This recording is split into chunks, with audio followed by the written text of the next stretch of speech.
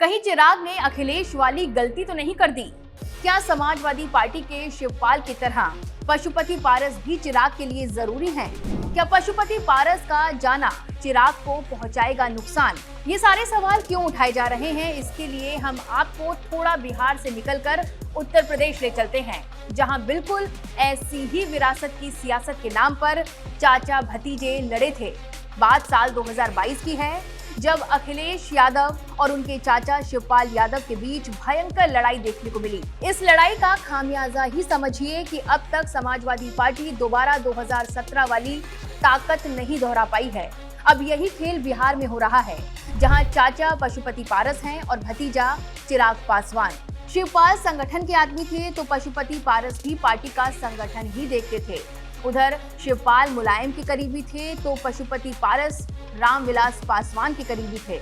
अखिलेश मुलायम के बेटे तो चिराग पासवान रामविलास पासवान के बेटे हैं। यानी कहानी वही, लेकिन किरदार बस अलग हुए हैं। अखिलेश और शिवपाल लड़े और बिखरे। बिहार में पशुपति पारस और चिराग ने भी यही कहानी दोहराई। यूपी में नुकसान समाजवादी पार्टी को हुआ, बिहार में कहीं यही नुकसान इस बार एलजेपी को ना उठाना पड़ जाए। बता दें कि बिहार में रामविलास पासवान की मौत के बाद चिराग और पशुपति पारस में जंग छिड़ी और अब दोनों की राहें अलग हैं। अब सवाल ये है कि कैसे पशुपति पारस चिराग पासवान को नुकसान पहुंचा सकते हैं, इसको भी समझते हैं। पशुपति पारस बिहार की राजनीति में लगभग 50 साल से सक्रिय हैं। रामविलास पासवान के साथ उस दौर में उन्होंने काम किया जब रामविलास पासवान बीजेपी और आरएसएस के खिलाफ राजनीति करते थे।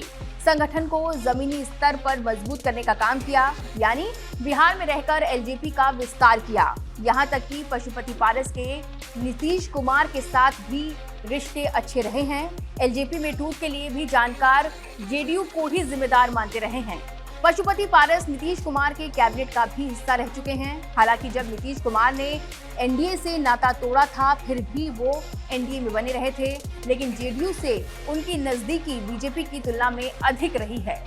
वहीं चिराग पासवान हमेशा से बाहर रहे हैं। हम ये कह सकते हैं कि पिता की राजनीतिक विरासत के चलते बिहार की राजनीति में उनकी एंट्री हुई।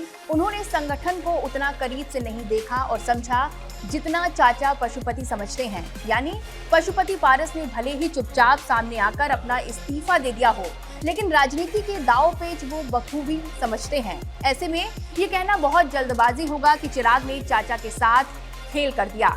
वैसे आपको क्या लगता है कि क्या चिराग ने चाचा से दूरी बनाकर अखिलेश वाली गलती कर दी है? कमेंट कर जरूर बताएं।